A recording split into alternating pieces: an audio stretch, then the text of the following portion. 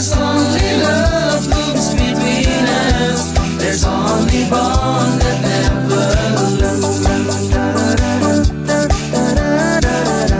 There's only bond that never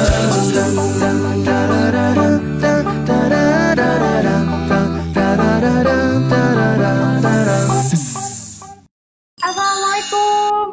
Opening dulu ya, lupa.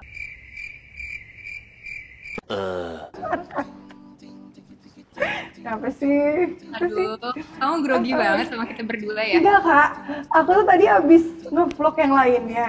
Jadi terus biasa skip, aku ingetnya jam 4, astagfirullahaladzim memang orangnya. Terus tadi aku bilang, iya aku sholat duluan ya. Jangan karena nge-vlog ngejam itu. Omelin. Oke, nah jadi kemarin itu udah sama Mbak Dewi sama Kak Fenita. Kita ngebahas sebenarnya sih yang udah mungkin udah dibahas banyak, cuman pengen dengar, ini kan lagi Ramadan nih. Nah, hari ini aku sama Kak Dini, jadi ini ketua geng gitu. Sama Ica ketua geng rumah yang nggak keluar rumah-rumah. Kayak Ica tuh anak rumahan banget gitu. Ntar dulu deh, galeri 5, 3. Pertama nih ya, berhubung waktunya Kak Dini sebentar lagi. Mau kemana sih? Aku ada tugas sih setiap sekali. Gue tahu tugasnya siapa, Mbak Dewi juga seperti itu. Jadi pertama deh, aku tanya ke Kak Dini, abis itu ke Ica ya. Jadi pertama, pers dulu boleh sih? Assalamualaikum Kak, Assalamualaikum Ica. Boleh buat salam. Waalaikumsalam warahmatullahi wabarakatuh. Jadi, gimana kabarnya? Udah berapa dinding yang dilihat 2 bulan ini? Oh, Masya Allah, semua sudut. Foto. Iya, tapi ya positifnya, gue jadi menemukan spot baru untuk endorse loh, Ca. Di mana? Jadi, ada dinding. Kenapa siang? Kamu positif? Apaan sih? Kamu positif? Iya, apaan sih? Positif ini. Positif apa nih? Apa sih ini cewek-cewek udah deh. Oh, iya. Kamu bikin nama Kak Dimas sama Dude aja. Ya, aku tadi bilang sama Shiren. Kenapa? Gak ada. Dimas ada. Dimas. Wisnu ya. Coba kamu muncul dulu deh sebentar. Kamu positif? Apaan sih ya? Positif, minta bulanan naik. Aduh. Udah, Wisnu kasih aku dulu dong. Iya Kak Dini, ya Allah, amin. Abis ini Kak Dini, Mbak Dewi, bareng Kia, amin ya Allah, amin. Oke, Kak Dini, jadi kan memang banyak banget nih yang nanyain aku pertama, maksudnya kenapa sih nggak pernah bikin podcast barengan sama teman-teman musyawarah? Ternyata kayak kemarin aku ngobrol sama Mbak Dewi itu banyak banget aku nggak tahu. Fenita tuh pas aku searching, ternyata berita itu tuh udah nyebar, aku baru tahu loh teman macam apa aku ini.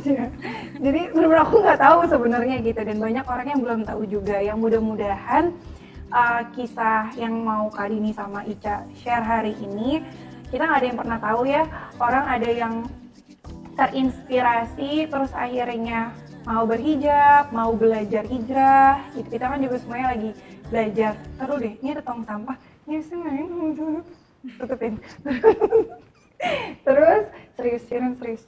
Jadi kayak misalnya contohnya ya, aku punya temen mualaf. Waktu dulu tuh aku orang yang paling males nge-share soal agama, karena takutnya dibilang ria gitu ya. Tapi akhirnya teman aku itu yang mualaf dan kajian bareng aku, dia cerita sama aku, please tuh kalian artis-artis jangan pernah berhenti untuk nge-share sesuatu yang baik, apalagi itu soal agama. Karena aku tertarik mualaf waktu itu, salah satunya aja, tadinya dia nggak percaya agama, salah satunya karena postingan artis-artis dan nge-link ke Ustadz. Akhirnya dia tahu itu Ustadz karena share-nya kita gitu loh. Jadi berarti kan kita nggak pernah tahu dong apa yang kita share impact-nya seperti apa gitu. Dan dia benar-benar kayak, please dong, kita tuh banyak loh yang nggak tahu Ustadz A, B, C yang mereka luar biasa ilmunya, tahunya karena kita share gitu. Jadi dari situlah aku kayak berpikir kayak, oh berarti kita nggak usah terlalu takut masalah ria, karena ria atau enggaknya kan sebenarnya Allah yang nilai ya gitu kan. Mudah-mudahan tergantung niat. Oke, yang pertama kali ini kan aku syuting bareng kali ini nih ya, dari aku punya duit berapa ratus ribu beli make up di supermarket, diceng-cengin terus ya kan, punya make up sendiri gitu. Rese banget emang. Jadi kayak aku tuh dulu syuting sama Kak Dini, pertama kali syuting itu memang sama Kak Ririn sama Baim, terus abis itu barengan judul kedua itu sama Kak Dini, jadi adiknya Kak Dini kan, terus kayak pertama kali punya duit sendiri gitu, dan dulu belum mampu beli makeup sendiri, terus beli makeup sendiri di supermarket, diceng-cengin mulu, padahal murah ya harganya, alhamdulillah. Kok keresek-keresek ya? Nggak ada yang pakai mic-mic kan? Sinyal kamu deh jelek. Sinyal jadinya deh. Sumpah sinyal aku. Sinyal kamu deh. Merah kuning. Serius? Gimana cara ngeliatnya? Oh sini. Ntar aku coba ganti. Wah gue gapteknya dahsyat sih. Gue mending goreng donat sih. Pertama, aku mau tanya Kak Dini. Kan dulu kan syuting bareng terus nih. Sebelum pakai jilbab itu kan Kak Dini salah satu penggerak untuk musyawarah, ya kan? Dulu kita tuh jadi musyawarah tuh masih kayak kecil banget gitu di restoran. Nah itu anggotanya berapa orang Kak?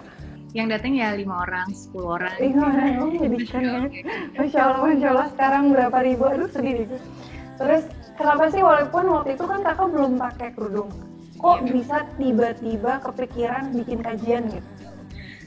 Sebenarnya kalau misalnya yang punya ide itu sih bukan aku ya, Kak Dimas yang punya ide itu. Gitu. Jadi memang dia yang mulai itu, dan memang Kak Dimas itu kan lebih dulu hijrah dibanding aku gitu kan. Dan memang prosesnya dia tuh udah lama sebelum nikah gitu. Ya udah, dia bilang dia mau bikin kajian. Saat itu kita lagi syuting sama Dude. Syuting sinetron bertiga sama Dude. Terus Kak Dimas bilang, kita bikin sesuatu yuk yang memang nggak memutuskan tali silaturahmi kita sesama pekerja seni. Karena kan selama ini kalau misalnya cewek-cewek abis selesai syuting, pasti kita ngumpul-kumpul, nongkrong-nongkrong doang, terus arisan gitu kan. Nah Kak Dimas bilang, gimana kalau kita bikin satu kajian yang memang untuk silaturahmi nih teman-teman pekerja seni. Awalnya di situ. Jadilah terbentuk musyawarah itu tahun 2012. Terus ada nggak sih Kak, maksudnya kan kakak lumayan lama tuh pengajian, baru akhirnya pakai jilbab kan? Padahal kan kakak ngurus tuh. Maksudnya apa sih yang akhirnya bikin, momen apa yang bikin kakak tuh kepikiran, yaudah deh ini waktunya aku untuk belajar hijrah beneran deh gitu? Sebenarnya triggernya aku kenapa pakai jilbab memang aku baca satu artikel di situ judulnya tentang wanita yang taat beribadah tidak bisa masuk surga karena titik-titik gitu. Yang titik-titiknya itu bikin aku penasaran, plus yang bikin aku penasarannya lagi ya, gambar perempuan pakai kain kafan.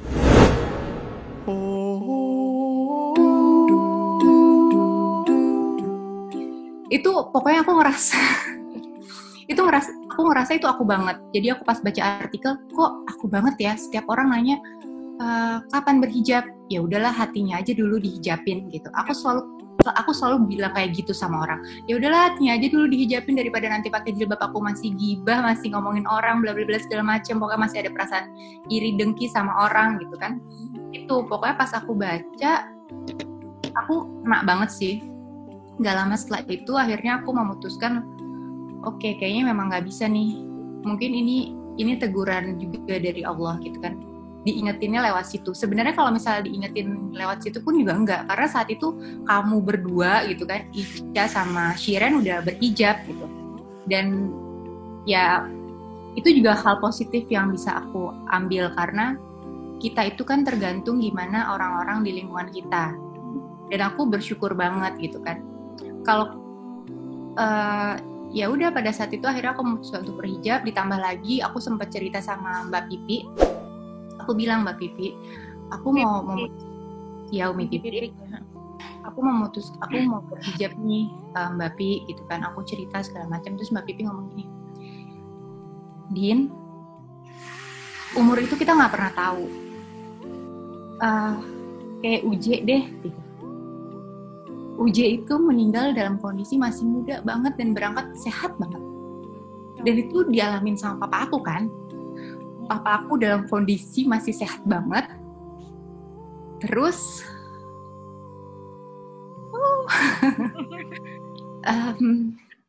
sebentar ya. Yang mewah tahu kalau denger begini. Pokoknya kejadian apa yang dialami sama almarhum UJ itu dialamin juga sama papa aku. Itu yang bikin aku semakin, ya Allah, kita nggak pernah tahu umur. Papa aku berangkat dalam kondisi sehat banget gitu. Tiba-tiba malamnya aku dapat telepon dari polisi, papa udah di rumah sakit, udah nggak ada gitu kan. Itu sampai aku mikir, oh iya ya, apa yang Mbak Pipi ceritain tuh mirip banget sama apa yang dialamin sama papa aku. Terus Mbak Pipi cuma tambah meyakinkan aku lagi, kalau memang kamu udah punya tekad mau berhijab, udah lakuin aja. Karena kita nggak tahu loh, tiba-tiba abis nelfon ini kamu meninggal.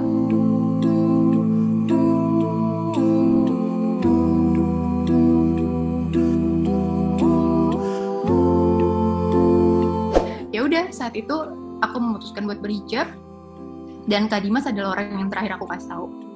Sebelumnya aku ngasih tahu awal itu adalah mama. Mama orang pertama yang aku kasih tahu sih. Yes, begitu. Dan sebenarnya sih kalau misalnya aku lebih ke arah, lebih ke perasaan aku adalah kayaknya aku egois kalau misalnya aku cuma mikirin diri aku sendiri. Papa aku udah nggak ada saat itu. Papa udah menanggung dosa aku saat aku masih sebelum balik. Terus zaman jahiliyah itu Masya Allah luar biasa banget ya, subhanallah kan ya. Ya begitu banget gitu kan. Sampai aku ngerasa, kok aku jahat ya sama orang tua aku. Apa yang udah aku lakuin, apa sih yang harus aku perbuat supaya bisa ngelindungin papa aku, supaya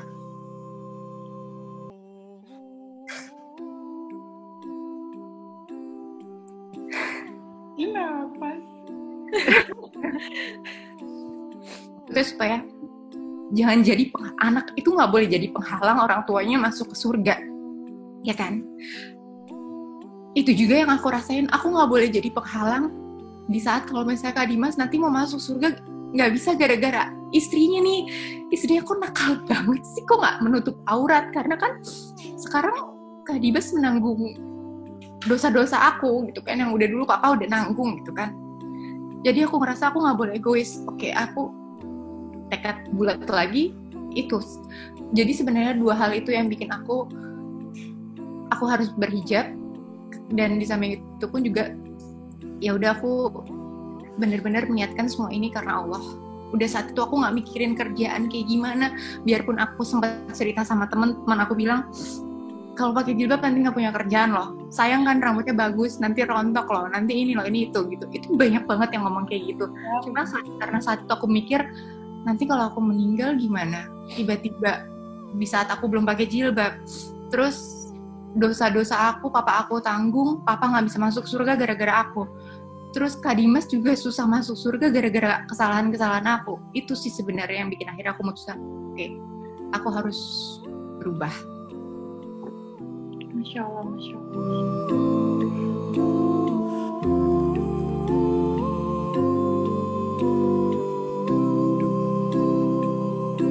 Gue nggak tahu sih Kak. Kenapa gue ini? Kita belum safar bareng, Dek. Biasanya kalau kita tahu satu sama lain itu ketika kita udah safar. Itu aku aja sama Ica rencana doang mau ke luar negeri. Jadi kalau kayak aku sama Fedita, aku udah tahu Fedita kayak gimana gitu kan. Karena udah pernah ke Turki bareng kan. Iya. Oke, sekarang Ica ya. Maksudnya aku tuh nggak seinget aku tuh kamu duluan, Ca, yang pakai kerudung. Duluan, Dek. Iya, Ica duluan. Pas aku hamil Adam. Iya, tapi Ica duluan. Pas kita yang habis nikah itu, terus yang Shiren baru sembuh, terus belum pakai. Pas Iya. kita yang makan di di PS. Pokoknya aku tuh lumayan deg-degan pas Ica itu udah mulai pakai. Aku stres. Pasti gitu ya. Kan, karena nih, nanti deh, Ica cerita dulu deh. Ica, maksudnya gini ya, aku salut banget sama Ica. Maksudnya gini, Ica keluarganya baik-baik semua, tapi Ica salah satu pemula di antara keluarganya Ica, kayak mama. Maksudnya kalau aku tuh mama pakai kerudung, ya kan? Kia udah pakai kerudung duluan. Kalau misalnya Ica tuh kan mama belum ada yang pakai. gitu kan. Aku salut banget, maksudnya kayak waktu itu jujur pas tahu Ica pakai kerudung kayak Ica kok bisa pakai kerudung nih, dudek nih pasti gitu. Ternyata kan enggak gitu kan. Maksudnya kenapa sih kok kepikiran mau pakai kerudung gitu? Maksudnya kita kan dulu walaupun beda PH, cuman kan lumayan beberapa kali sering main ya maksudnya satu persari kan gitu. Kok bisa kepikiran pakai jilbab? Apakah karena Dude atau ada satu peristiwa yang titik baliknya Ica pengen berhijrah? Aku tahu, kamu nggak tahu deh. Aku tuh gogos. Aduh, aku tahu karena Ica cerita sama aku. Silakan Ica. Iya. jadi awalnya itu pas sekitar bulan April atau Mei 2013. Itu belum ketemu Kak Dude ya. Ketemu Kak Dude itu tuh di bulan Agustus, jadi habis Lebaran, habis Ramadan. Itu baru syuting bareng kita. Jadi di bulan April Mei itu ada tawaran foto untuk majalah Muslimah. Oh, oke. Dan di situ tuh walaupun public figure yang jadi cover di majalah itu belum pakai kerudung di kehidupan nyatanya, tapi kita harus pakai di majalah itu. Nah, terus akhirnya maulah tawaran itu. Terus dikerudungin gitu kan. Terus sempat ngeliat kayak kok pakai kerudung tetap bisa dengan gaya kita yang sehari-hari ya gitu. Karena yang ada di bayangan selama ini kan kayak maksudnya yang nggak kayak gitu. Kalau misalnya kita pakai kerudung. Dan apalagi kita yang profesi kita sebagai public figure, ada kontrak dengan beberapa brand, pasti itu jadi sangat pertimbangan banget lah gitu. Nah, tapi saat itu tuh kayak ya udahlah gitu, nggak mau terlalu musingin, jadi masih ya sekelibat aja. Tapi udah mulai tuh kayak kalau misalnya datang ke toko buku nih, selalu kayak cari ke seksi yang bagian agama, kayak buku-buku Islami, terus adalah buku-buku tentang jilbab di situ.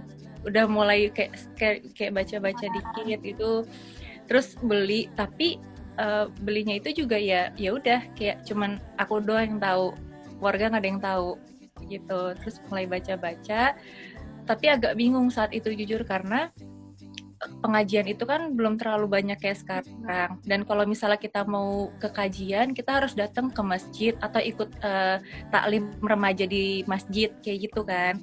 Dan akses ke sana itu belum kebuka lebar lah saat itu. Jadi agak bingung sejujurnya. Jadi ya udah belajar seadanya aja, kayak bener-bener cuman sendiri aja dulu gitu. Tapi masih belum terlalu mikirin banget deh untuk pakai jilbab, sampai akhirnya ketemu Kak Dude, syuting bareng. Di situ Kak Dude ngajakin kayak kita ke kajian yuk, ayo. Tapi ngajak itu masih kayak antara sesama pemain aja, belum kayak Kak Ra yang serius gitu. Ayo boleh. Pemain yang sangat menyukaimu itu ya. terus udah. Tapi di situ tuh udah mulai kayak mau diajakin ke kajian apa sekalian aja ya, kayak nanya-nanya gitu. Dan kan tahu sendiri ya Kak Dini, Shiren, kayak maksudnya kayak aku sendiri kalau misalnya syuting ya udah kayak belajar doang kan, maksudnya nggak terlalu yang ngobrol sana ngobrol sini gitu. Jadi emang bener-bener ya udah profesional aja gitu semuanya kalau misalnya di lokasi. Sampai akhirnya ke kajian, di situ ketemu lagi sama Kak Dini tuh. Karena terakhir ketemu sama Kak Dini kita nggak ada ngomongin soal kajian ya Kak ya, pas kita syuting promo. Terus di situ ketemu. Nah, udah mulai kayak pas dengerin ustadznya ceramah, terus kayak kok makin kepikiran, sampai akhirnya dimimpiin lah. Jadi kayak ada mimpi gitu tentang pakai kerudung. Tapi mimpi pertama, mimpi kedua itu tuh masih nggak mau terlalu mikirin deh. Tapi udah mulai kayak kepikiran bangun tidur kayak kok bisa ya mimpi tentang jilbab, kok bisa ya, kok gini ya, kok gitu ya gitu. Sampai akhirnya ceritalah sama Kak Dude kan, kita juga udah mulai agak serius. Dan di mimpi yang terakhir ini, itu itu yang bikin akhirnya kayak oke Bismillah mau nggak mau akan pakai jilbab gitu.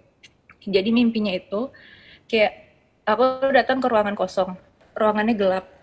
Ini mimpi tuh tahun 2013 dan sampai sekarang masih inget karena kata-katanya kayak kata-kata itu yang salah satunya bikin aku yakin kayak ya udah Bismillah pakai jilbab. Peace be upon you.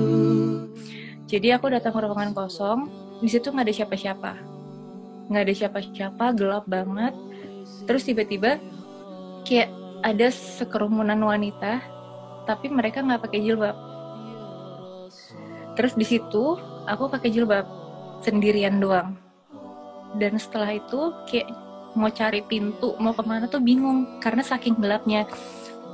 Sampai tiba-tiba akhirnya ada kayak satu sinar terang gitu dari satu arah. Kayak dari pintu, dia kebuka, dia terang banget. Terus kayak dituntun aja suruh masuk ke sana. Akhirnya masuklah ke sana. Dan masuk ke sana, terus tiba-tiba di depan pintu tuh udah ada kadude. Jadi antara jilbab sama jodoh jadi satu sih di mimpinya kayaknya. Berkat istiqoroh ya. Iya, sholat istiqoroh juga membantu. Mungkin kayak jawaban dari sholat istiqorohnya itu deh Kak. Iya. Jadilah ya perjalanan kamu ya. Kak Dini tahu banget sih. Nah terus sampai akhirnya Kak Dude berdiri dan di belakang Kak Dude tuh tiba-tiba tuh kayak wanita-wanitanya tuh udah pada pakai kerudung semua. Dan kayak aku masuk ke ruangan yang ke arah wanita yang pakai kerudung, tapi Kak Dude yang nyambut. Dan terus di situ ada yang bicara gitu. Dia bilang intinya adalah kayak kamu tuh sudah menemukan calon imam kamu sekarang. Buat apa kamu cari lagi yang lain? Kamu mau cari apa lagi memangnya? Kamu nggak perlu cari imam yang berfoya-foya, kamu nggak perlu cari imam yang kaya dengan harta tapi nggak bisa membimbing kamu ke arah yang lebih baik. Karena lebih baik kamu hidup dengan uang 1.000 perak, tapi kamu bakal jalan ke arah yang baik bersama-sama dibandingkan kamu diimami sama orang yang kaya dengan harta, uangnya banyak tapi dia malah menuntun kamu ke arah yang lebih buruk.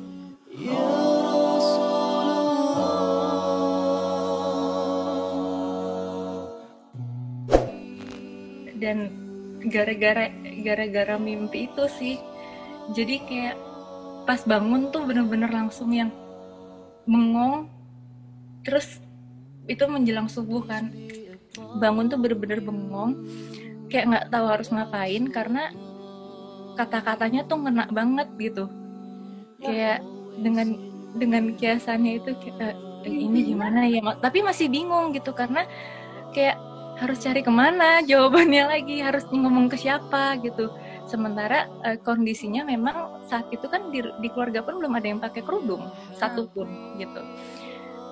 Akhirnya dari situlah kayak setelah sholat subuh, setelah istiqoroh berapa kali, udah semakin yakin nggak bisa nih, kayaknya harus pakai nih, ya harus pakai jilbabnya, harus gitu. Nah tapi pas mimpi itu tuh nggak cerita dulu ke siapa-siapa, jadi bener-bener cuma dipendam sendiri doang. Sampai akhirnya kan lagi ngomongin masalah pernikahan tuh sama Kak Dude, ngomongin.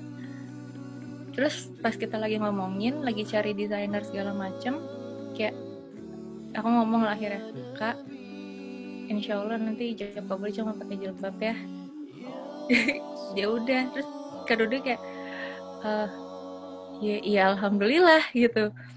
Ya udah, sejak itu dia langsung yang bener-bener ngedukung banget. Dan karena udah ngomong, Kak Dude orang pertama yang tahu.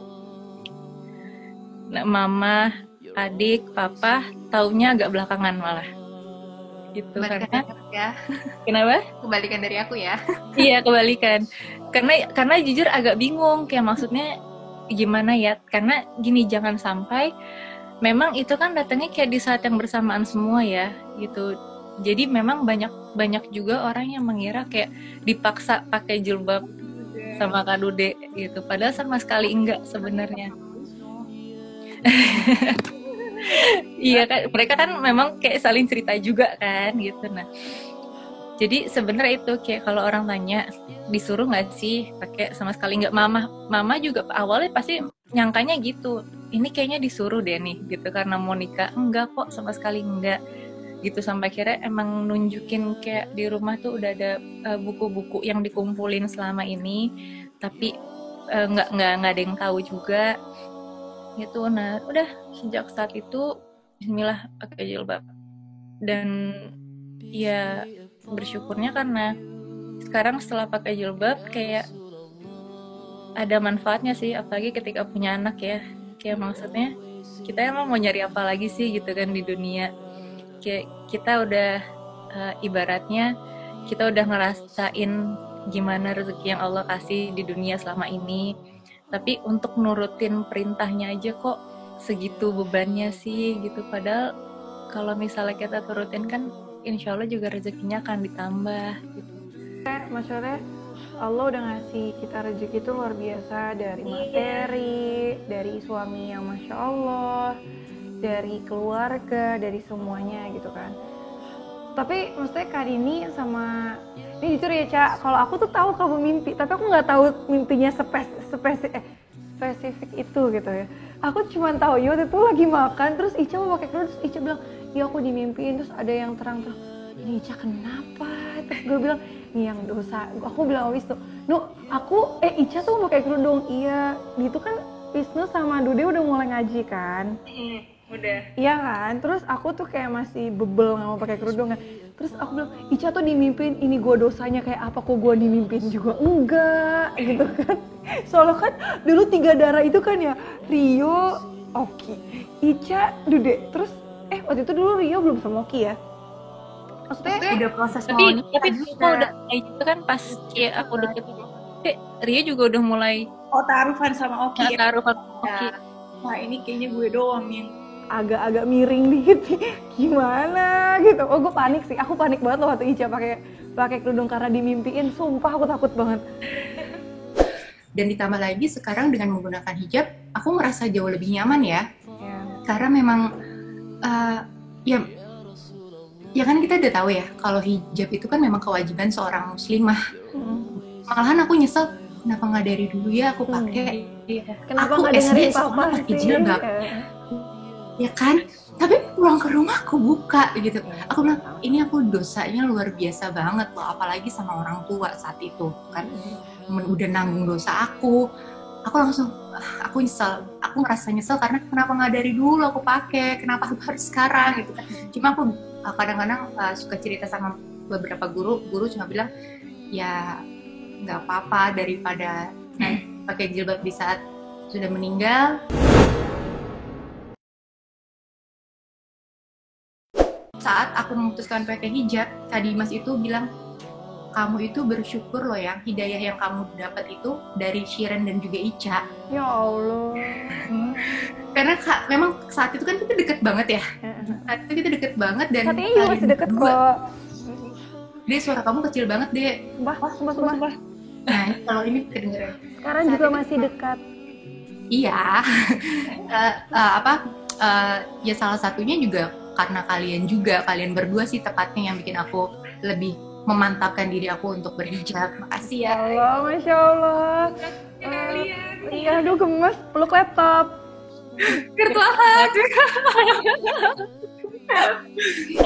Terakhir ya, soalnya ada yang mau kajian. Terakhir, Ica. Maksudnya, Ca, share dong kenikmatan apa yang kamu nggak pernah dapetin sebelumnya pas kamu belajar hijrah kayak gini, lebih tahu agama banget, terus pakai kerudung.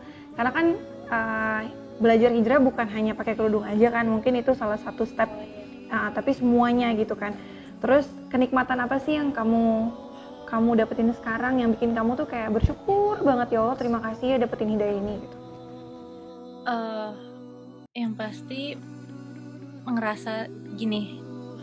ngerasa terlindungi dan ngerasa kayak kalau ketakutan yang selama ini kita bayangin itu tuh nggak kejadian sama sekali. Yang awalnya mungkin pas sebelum pakai jilbab kita tuh kayak aduh nanti takut panas, takut ini, takut itu.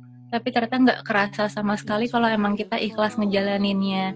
Termasuk juga kerjaan kayak Kak Dini, kalau orang bilang nggak takut kehilangan jobnya, padahal Allah tuh udah nulis loh rezeki buat kita, kayak ini semuanya udah tertulis, tinggal kita aja mau ngejalanin atau enggak kan gitu, dan rezekinya semuanya udah diatur.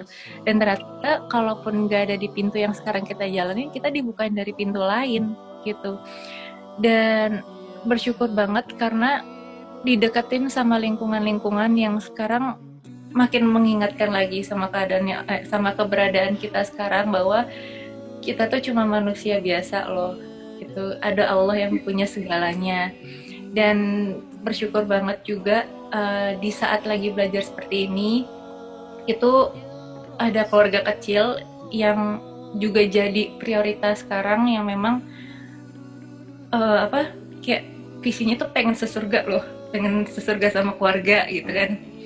Terus dan nikmat banget ternyata, kayak belajar bareng sama suami, belajar bareng sama anak-anak, belajar bareng sama sahabat-sahabat, terus ngerasa sangat dihargai kemanapun kita datang. Orang juga jadi sungkan sama kita tanpa kita perlu lagi ngerasa khawatir.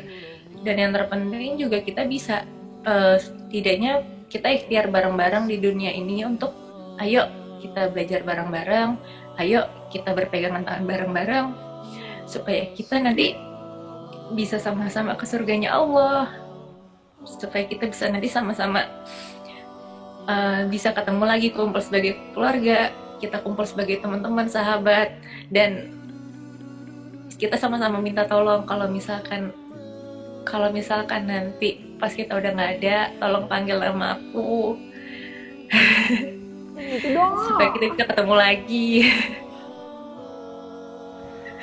Jadi bersyukur sih, karena itu dengan mempunyai lingkungan yang baik itu kayak satu kenikmatan yang mungkin sebelumnya kita mikirnya cuman ketemunya kayak hai doang, tapi sekarang kita ngaji bareng, kita belajar bareng, dan semuanya sama, nggak ada yang ngerasa superior, nggak ada yang ngerasa inferior, tapi kita bener-bener ayo kita mulai dari nol semuanya. Terus semuanya memang ya kita memang semua karena Allah aja udah gitu, nggak ada yang lain. Kita juga menjalani rumah tangga untuk ibadah sama Allah, jadi bersyukur banget. Itu sih yang sangat terasa, kayak kenikmatan dari hal kecil malah yang lebih kerasa, bukan dari hal besar yang selama ini kita terima. Bukan dari hal besar yang dari dulu kita kejar ya, Cak? Iya, yang selama ini kita mikir bakal menjadi prioritas utama, tapi ternyata malah hal kecil yang kita nggak pernah tahu selama ini. Masya Allah ya, ya Allah ya Rabbi. Maksudnya Kadang tuh orang tuh kayak pasti kita bertiga udah ngerasain sih, maksudnya waktu awal kayak nanti susah lo dapet job, nanti susah dapet ini, padahal kalau misalnya kita harus yakin rezeki itu bukan datang dari manusia, tapi rezeki itu datang dari Allah. Jadi gak usah takut sama sesuatu yang kita jalanin karena Allah. Pasti kita kayak seringnya ngerasa kayak aduh rezekinya muncul dari tempat yang gak disangka-sangka ya gitu. Oke, Masya Allah, terima kasih. Bentar deh, tadi gue ngapain in frame kelihatan tau. Udah kritis, lapar. Kak Ica, Kak Dini, makasih banget. Ica, makasih. Mudah-mudahan bermanfaat. Kangen banget. Sama Kak Dini berapa bulan ya nggak ketemu ya? 2 bulan ya? 2 bulan. Oh, sama Ica sih lebih lama lagi. Nih anak emang ngerem di rumah. Yang paling susah dijangkau kayaknya. Kayak ketemu sama Ica pas kajian aku, mah. jarang banget ketemu Ica, parah. Seringnya DM-an aku doang. Ya udah. Ya, pokoknya nanti kalau misalnya kalau udah masuk surga duluan, Allah. Saling panggil ya. saling panggil, saling mengingatkan, jangan bosen, harus saling mengingatkan ya. Dan insya Allah setiap ada kesulitan pasti akan ada kemudahan. Amin. Kebanyakan nangis, aus. Oke, Ica makasih, Kak Dini makasih, selamat puasa. Sama-sama Shiren. Dadah. Assalamualaikum. Waalaikumsalam warahmatullahi wabarakatuh. Ding ding ding ding ding ding ding ding ding ding ding ding ding ding ding ding ding ding ding